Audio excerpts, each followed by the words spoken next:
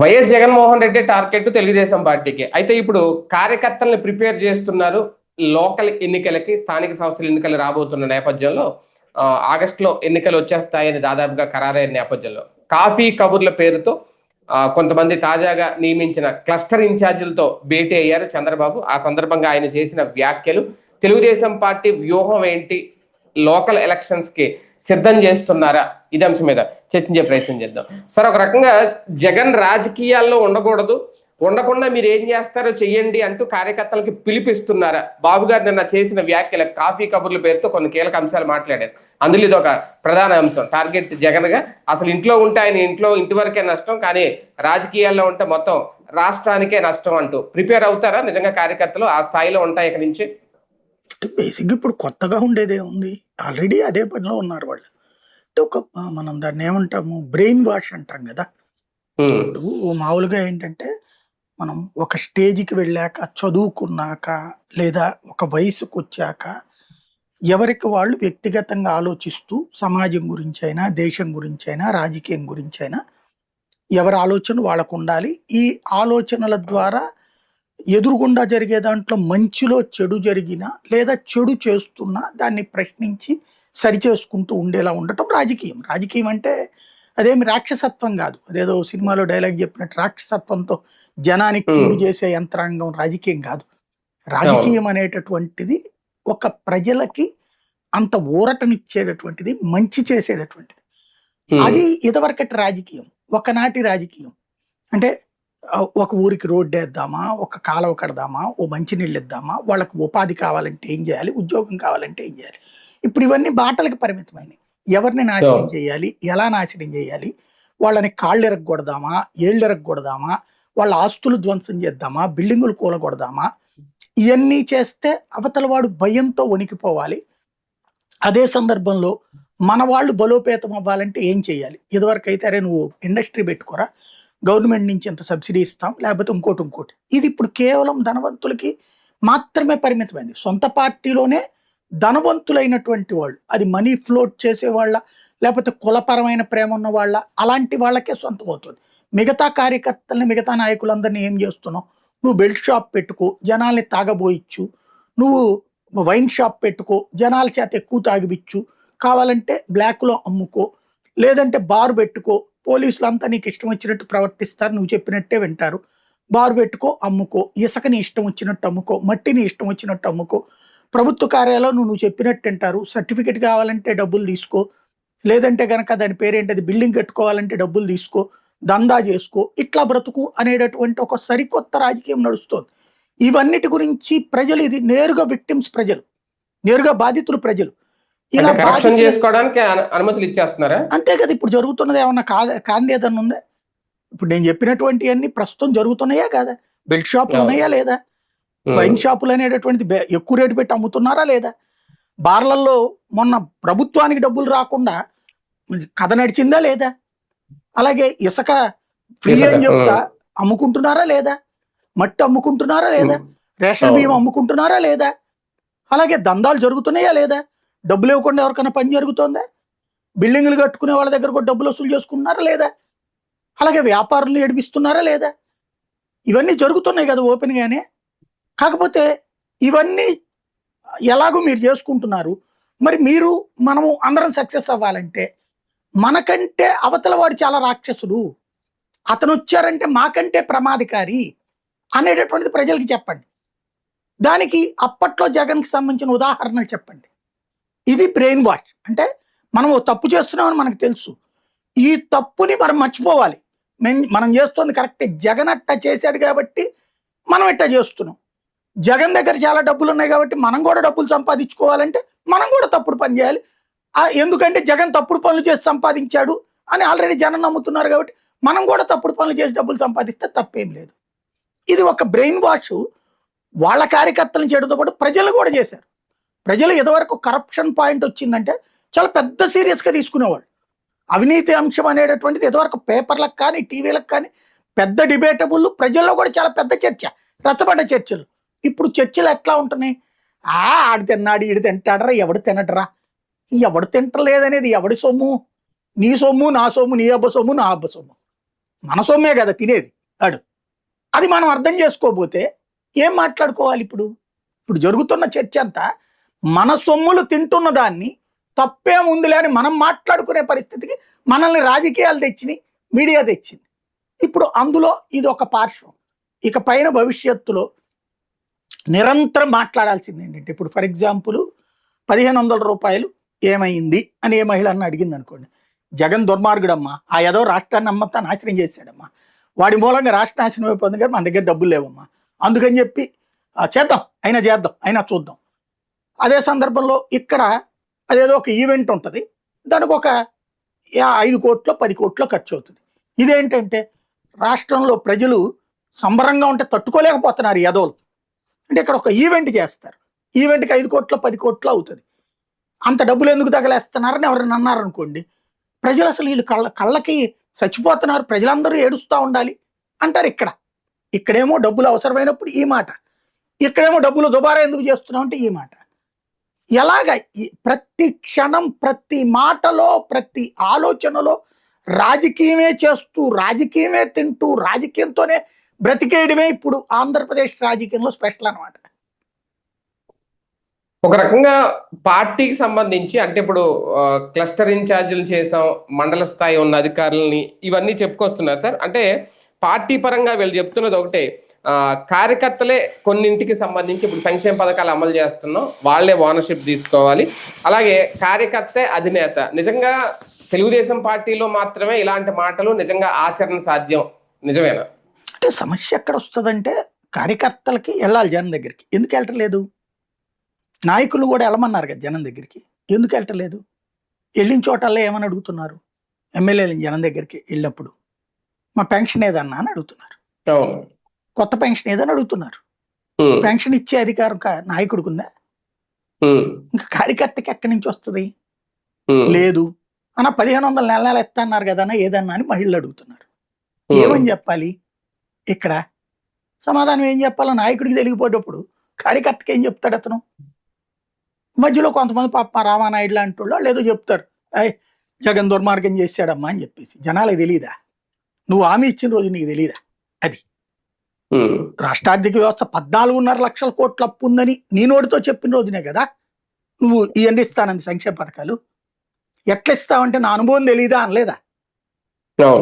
కాబట్టి జనాలకి ఇప్పుడు అది ఎట్లా కన్విన్స్ చేస్తారు? కాసేపు టీవీ ఛానల్ ముందు అట్లా దబాయించి మాట్లాడతారు. వాళ్ళు కూడా ఏమి కొట్టడానికి రారు కదా జనము, సైలెంట్గా అవతలకి వెళ్ళిపోతారు. ఇప్పుడు సమస్య ఏమవుతుందంటే, కార్యకర్త ఏం చెప్పాలి జనం దగ్గరికి వెళ్ళినప్పుడు, అది ఇక్కడ మోటివేట్ చేస్తున్నారు. ఇచ్చినవి మాత్రమే చెప్పు. అన్న క్యాంటీన్ పెట్టాం వస్తోంది, అదేది దీపం పథకం పెట్టాం, గ్యాస్ 3 ఇస్తున్నాం కదా ఫ్రీ, అట్లాగే పెన్షన్ 4000 చేసామా లేదా అంటే, కొత్త పెన్షన్ ఇద్దామమ్మా, మొన్నే కదా 4000 రూపాయలు చేసింది, కొద్దిగా ఇద్దాం అవుతుంది. అక్కడ సమస్య ఎలక్షన్ అయిపోయి ఇచ్చేద్దాం, ఎలక్షన్లో మీరు ఓటేయండి ఇచ్చేద్దాం. నేను వేసానా లేదా నీకెట్ట తెలుసుద్ది? నిన్ను నమ్ముతాను నేను, నువ్వు వెళ్ళి ముందు నాకు ఓటేసే, మమ్మల్ని గెలిపించు, నీకు ఇస్తాం. ఇది వాళ్ళకి ఇవాళ కాదు, కొట్టిన పిండి అలవాటు. ఇదివరకు సంపూర్ణ రుణమాఫీ, డ్వాక్రా రుణమాఫీ, 0 వడ్డీ రుణాలు ఎత్తేయడం ఇవన్నీ జరిగినప్పుడే కానీ, మద్య నిషేధం ఎత్తేసినప్పుడు కానీ పబ్లిక్ని కన్విన్స్ చేయలేదా? ఇప్పుడు కూడా కన్విన్స్ చేయగలరు. ఇంకోటి, స్థానిక ఎన్నికలలో నీ పథకాలన్నీ పోతాయి. ఇప్పుడు క్రిందసారి వాళ్ళదే చెప్పారు కదా, సంక్షేమ పథకాలన్నీ పోతాయి మీ అనేది, అదే చెప్తారు వీళ్ళు కూడా. ఇప్పుడు నీకు 4000 పెన్షన్ ఆగిపోతుంది, వచ్చి ఓటేయాల్సిందే మాకు అని చెప్తారు. అట్లాగే అదేది తల్లికి వందనం ఇస్తున్నారు కదా, అది నీకు పోకుండా ఉండాలంటే మాకే ఓటేయాలని చెప్తారు. ఇప్పుడు ఆటోమేటిక్గా ఇంకోటి, స్థానిక ఎన్నికల్లో జనం కూడా మళ్ళీ వేరే వాడిని ఎన్నుకుంటే, ఇప్పుడు ఈ కక్షపూరిత రాజకీయాలు నడుస్తున్నాయి కదా, వేరే వాడిని ఎన్నుకుంటే అనవసరంగా మళ్ళీ మన డివిజన్కి నష్టం చేస్తారేమో, మన ఊరికి నష్టం చేస్తారేమో అని చెప్పేసి, ఇదివరకైతే కనుక డెమోక్రసీలో ప్రతిపక్షం కూడా బలంగా ఉండాలని కోరుకుని ఓట్లేసేవాళ్ళు. గత 15-20 ఏళ్ళ నుంచి కూడా రాష్ట్ర విభజన నుంచి బాగా ఎక్కువైపోయింది ఇది. అంతకుముందు కూడా మెజారిటీ ఉండేది, బట్ ఈవెన్ కాంగ్రెస్ విడిపోయిన రోజున కూడా అధికారంలో ఉన్న వాళ్ళకే మెజారిటీ వస్తుంది. కానీ కొంత ప్రతిపక్షానికి కూడా ఛాన్స్ ఇచ్చేవాళ్ళు. ఈవెన్ రాజశేఖర రెడ్డి అధికారంలో ఉన్నప్పుడే కదా కొడాలి నాని గుడివాడలో మున్సిపాలిటీ గెలిచింది తెలుగుదేశం తరఫున. అప్పుడు వైసీపీ కాదు, ఏదో అతను కాంగ్రెస్ కాదు, అప్పుడు తెలుగుదేశం గెలిచాడు కదా. అప్పుడు అట్లా గెలుపులు ఉంటాయి. అట్లాగే ఇప్పుడు తాడిపత్రిలో మనం గెలిపించలేదా? జగన్ ఉన్నప్పుడు కూడా. కాబట్టి ఉంటాయి, అది లిమిటెడ్గా ఉంటాయి. క్రిందటిసారి వీళ్ళకి 5 మున్సిపాలిటీలు వచ్చినాయి తెలుగుదేశానికి. ఈసారి వైసీపీకి ఒక్కటి కూడా రానివ్వకుండా చూడాలన్నట్లు ఒక స్ట్రాటజిక్గా వెళ్తున్నారు. ప్రతి కార్యకర్తకి ఏం చెప్పాలన్నది వీళ్ళు ట్రైన్ చేస్తున్నారు, టీచ్ చేస్తున్నారు. స్వయంగా బాబు గారే చెప్పినప్పుడు క్లస్టర్ హెడ్స్ అవి తీసుకెళ్ళి వాళ్ళ క్లస్టర్ పరిధిలో ఉన్నటువంటి నాయకులందరికీ ఏం మాట్లాడాలి అంటే ఇక్కడ కన్విన్స్ చేయడం ఎట్లా పబ్లిక్ని అన్నటువంటిది, ఒకవేళ కన్విన్స్ కావట్లేదు అన్నప్పుడు కన్ఫ్యూజ్ చేయడం ఎట్లా అన్నది నేర్పుతారు అనమాట. సహజం. సొంత వాళ్ళైనా సన్నిహితులైనా ఒకవేళ గెలవలేకపోతే వాళ్ళకి టికెట్లు ఉండవు, వాళ్ళకి ఇప్పుడు కేటాయింపులు ఉండవు ఈ ఎన్నికల్లో కూడా అనే సంకేతం ఇచ్చారా నేను బాబు గారు? అది కామనే కదా. ఇప్పుడు టికెట్ రాలేదనుకోండి, నీ వల్ల యాడ్ అవుద్దే గెలవడం, అందుకనే లేదంటారు. టికెట్ వచ్చింది అనుకోండి, నేను నమ్మాను నిన్ను, నువ్వు గెలుచురా అంటారు అనమాట. ఇది కామన్. అంటే రాబోయే రోజుల్లో ఒకవేళ ఎవరికన్నా టికెట్ రాక అసంతృప్తితో గొడవకి దిగే వాళ్ళ కోసం ముందుగా ఏం చెప్పాలో చెప్తున్నారు అనమాట. అంటే పార్టీ జెండా మీద గెలిచామని చెప్పుకుంటారు, ఒకవేళ గెలిస్తే అతనిది ఏముంది అంటారు. ఇలాంటి సందర్భాల్లో గెలవలేని వాళ్ళకి మేము సీట్లు ఇవ్వని చెప్పడం అంటే అంటే రేపు పొద్దున ఇప్పుడు వీళ్ళు క్లస్టర్ హెడ్స్ ప్రెషర్ చేస్తారు కదా, ఏమండి నేను చెప్పిన వాడికి ఇవ్వాలి అనేసేటువంటిది, లేదా నాయకులు ఆ ప్రాబ్లం రానియకుండా ఎవరు గెలుస్తారో మేము ఆల్రెడీ స్కెచ్ చేసుకున్నాము, వాళ్ళనే తీసుకొచ్చాం. ఇక్కడ టీడీపీలో ఎప్పుడు కూడా వ్యక్తులు అడిగితే టికెట్లు ఇవ్వడం లేదు, పార్టీ అధినాయకత్వం ఇచ్చే టికెట్లు తీసుకోవడమే. ఇది ఫ్రమ్ ద బిగినింగ్ ఉంటుంది. జాతీయ పార్టీలోనైనా అంతే ఉంటుంది, కన్విన్స్ చేసుకోవాలి. ఇదే జాతీయ పార్టీలో ఉండదు అట్లాగే, ప్రాంతీయ పార్టీలో అట్లా ఉంటుంది. జాతీయ పార్టీలో వచ్చాడు కొంత 3-4 కూర్చోబెట్టుకుని మాట్లాడతారు, వాళ్ళు ఇంకొక షెడ్యూల్ కూడా తయారు చేసుకుంటారు అనమాట. ప్రాంతీయ పార్టీలో వచ్చేటప్పటికి నాయకుడు ఒక తయారు చేసుకుంటాడు లిస్టు. అది ఎవరినన్నా నాయకుల్ని అడుగుతాడో లేదో తెలియదు, 90% అయితే అడగరు, వాళ్ళు తయారు చేసుకున్న టీమే దగ్గర ఉంటుంది. దాన్ని కన్సల్ట్ చెప్తారు వాళ్ళకి కన్విన్స్ చేయడానికి. సార్ మామూలుగా రాజకీయ పార్టీలో ప్రత్యర్థిని టార్గెట్ చేయడం అనేది సహజమే, ఓకే. ఇక్కడ బాబు గారు జగన్ టార్గెట్ చేస్తున్నారే వాళ్ళు వీళ్ళని అని. కానీ ఈ రప్ప నరకడం అనే పోస్టర్లు పెట్టడం, రక్తాభిషేకాలు చేయడం, దాన్ని జగన్ ప్రోత్సహించడం కూడా, ఆ డైలాగ్ మళ్ళీ రిపీట్ చేయడం, ఇప్పుడు దాన్నే పదే వీళ్ళ ప్రస్తావించడం, ఒక రకంగా వైసీపీ కూడా, లేదంటే వైసీపీలో కొంతమంది అత్యుత్సాహం కూడా ఈ అవకాశం ఇచ్చింది అని అనుకోవచ్చా ప్రత్యర్థికి? ఇప్పుడు వీళ్ళు రేపు జగన్ చచ్చిపోవాలి, జగన్ని చంపేస్తామని కూడా మాట్లాడిన వాళ్ళు ఉన్నారు కదా, మరి వాళ్ళు ఏమైనా కంట్రోల్ చేశారా? లేదా జగన్ వ్యక్తిగత జీవితం మీద మాట్లాడలేదా, కంట్రోల్ చేశారా? ఎవడో రఫా అని ప్రతి కార్యకర్త అంటలేదు అక్కడ, ఎవడో 100 మందిలో ఏదో మాట్లాడతాడు, దాన్నే చంద్రబాబు హైలైట్ చేయడం అనేటటువంటి ఒక స్ట్రాటజీ అది అంతే. ఇప్పుడు వీళ్ళు స్ట్రాటజీగా చేయట్లేదు, అది వీళ్ళు మాట్లాడేది. వీళ్ళ నాయకులు జగన్ ఇక జీవితంలో రానియము, ఇక అయిపోయినట్టే జగన్ తరము, జగన్ అంతమే, ఇవన్నీ మాట్లాడుతున్నారు కదా. లేకపోతే అదేది వాళ్ళ నాన్నకు మళ్ళీ హెలికాప్టర్ కూలినట్టు పోతాడు, ఇవన్నీ కూడా తిట్లే కదా మరి ఆ లెక్కనైతే. అలాగే బలులు ఇచ్చుకోవడం వీళ్ళ దాంట్లో జరగలేదా, మేకల దండలే వేశారు కదా బాలకృష్ణకి సినిమాకి వచ్చినప్పుడు, అట్లాంటి నడుస్తుంటే. కాకపోతే ఏంటంటే నేను ఇంతకుముందే చెప్పినట్టు, ఇప్పుడు ఇదివరకు జగన్ టైంలో గంజాయి దొరికిందండి, డ్రగ్స్ దొరికినాయి, పట్టుకుంది పోలీసులే. ఈవెన్ ఆ మత్తులు ఎవడన్నా తప్పు చేస్తే పట్టుకుంది కూడా పోలీసులే. దాన్ని పేపర్ క్లిప్పింగ్ పెట్టి సైకోపాలనలో రాష్ట్రం ఇట్ట అయిపోయింది అని వాడేవాళ్ళు. ఇప్పుడు ఏం చెప్తున్నారు, గంజాయిని ఎక్కడ వదిలిపెట్టే ప్రసక్తి లేదు. మీరే నిన్న తెనాలి డిబేట్ చేశారు, డ్రగ్స్ ఏం నడిచింది. క్రైమ్ అనేది క్రైమ్ కామన్. వీళ్ళు ఏంటంటే అధికారంలో ఉన్నప్పుడేమో కంట్రోల్ చేసేవాళ్ళుగా చూపెడతారు, ప్రతిపక్షంలో ఉన్నప్పుడు జగనే అవన్నీ అమ్ముతున్నాడు, డ్రగ్స్ అమ్ముతున్నాడు అన్నట్టుగా బిల్డప్ చేసుకోవచ్చు. ఇప్పుడు ఆయన ఒక ఎంపీనే డ్రగ్స్ వార్త పట్టుబడ్డాడు కదా, అది అసలు వార్త ఎక్కడుంది, ఇప్పుడు ఏమైనా ఫాలో అప్ ఉందా?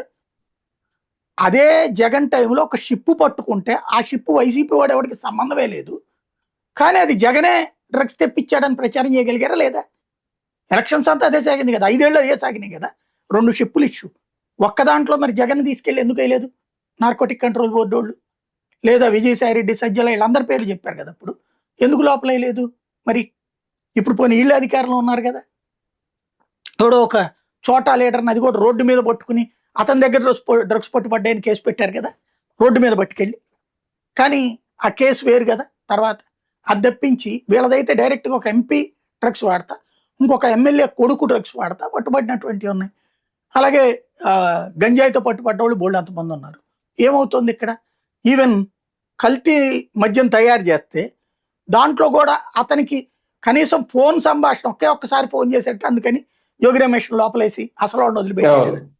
అవును. కాబట్టి అసలు వితండ రాజకీయం, వింత రాజకీయం, ఎలా పడితే అట్లా మాట్లాడుకోవడం, ఏమైనా మాట్లాడేసుకోవడం అనేటువంటిది మన రాష్ట్రంలో స్పెషల్ అన్నమాట. ఆంధ్రప్రదేశ్ కి చెల్లుద్దేమో. అంతే. సార్ ఒకటి నిజంగా అంటే కూటమి ప్రభుత్వం అధికారంలో ఉంది, 3 పార్టీలు కలిసే ఉన్నాయి, టీడీపీకి మంచి అండా ఉంది. కానీ ఎలాగా స్థానిక ఎన్నికల్లో గెలుపు వాళ్ళదే అనేది. కానీ ఈ ఎన్నికల కోసం ఇంత ఎఫర్ట్, ఈ స్థాయిలో మీటింగ్లు, ఈ స్థాయిలో బెదిరింపులు అవసరమా?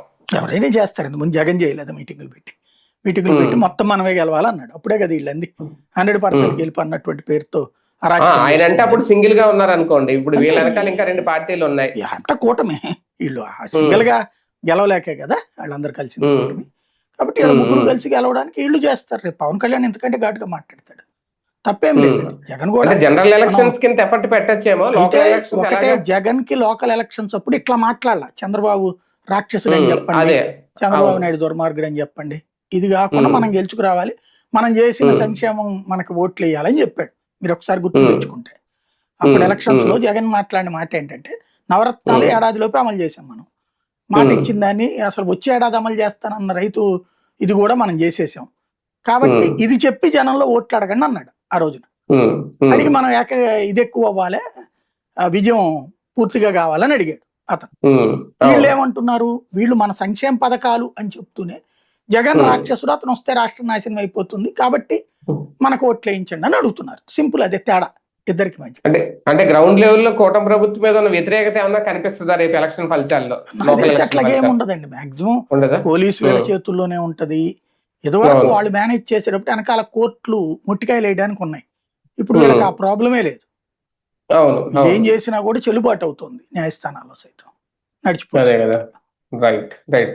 చూద్దాం. మొత్తానికి జగన్మోహన్ రెడ్డి గారు రాజకీయాల్లో ఉంటే నష్టమని తేల్చేశారు చంద్రబాబు నాయుడు గారు. రాజకీయాల్లో లేకుండా చేయడం అనేది రేపు ఆగస్టులో జరగబోయే స్థానిక సంస్థల ఎన్నికల నుంచే మొదలు పెడతారా, దాన్నే ఆ ఎన్నికల ఫలితాలని ప్రజల ముందు ఉంచుతారా, ఏం జరుగుద్ది చూద్దాం.